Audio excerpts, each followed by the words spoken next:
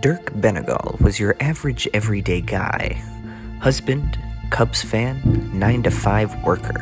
At least he was, until he was murdered. That murder still goes unsolved to this day.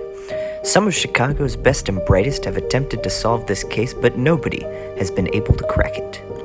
Dirk died and nobody, but now this is his story. This is Strike 3, he's out.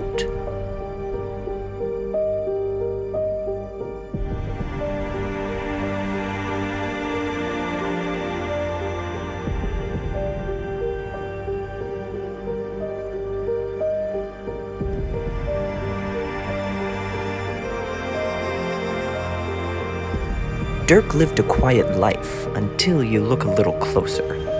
His seemingly perfect North Avenue apartment and wife of 9 years belie quite a different story. Dirk may have been a husband, but a faithful one he was not. So the question is raised, who could have killed him?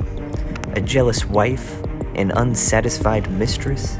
A rogue hater of the Chicago Cubs? Or maybe someone else? After an interview with Steve Buscemi, we learned nothing. Come on, you gotta do better than this.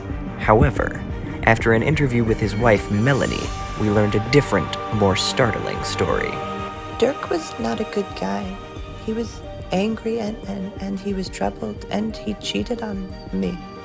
He would have these fits of rage, and I would be terrified, so I packed my bags and went to stay at my sister's house a lot. We managed to get in contact with one of Dirk's former acquaintances to hear his side of the story. Yeah, Dirk had a bit of a temper about him, no doubt about that. I know Dirk made his share of enemies, always betting on the games and whatnot. He just couldn't help himself. And when he got wrapped up with Lucy, well, that was the end of things. Lucy Bernard was the woman Dirk had an illicit affair with. This affair ran for 2 years of his marriage before he died and his wife found out. These events happened on the same day. I remember getting a phone call, and it was the police, and they were asking if Dirk was my husband. And when I said yes, they told me he had been found dead. I couldn't believe it because he'd gone to the game earlier, and nothing stops him from going to the game. I mean, I could be wearing the skimpiest of lingerie, and he'd still head out because the Cubs needed the support. I guess it's the little things you look back on. The cops called me as well. Things got weird because that was the same day Melanie found out about me. We had a very brief confrontation in the street, right in front of his corpse, but it ended because the cops told us this wasn't the place. Anyways, apparently Dirk had been found dead near the stadium. Blunt force trauma to the head.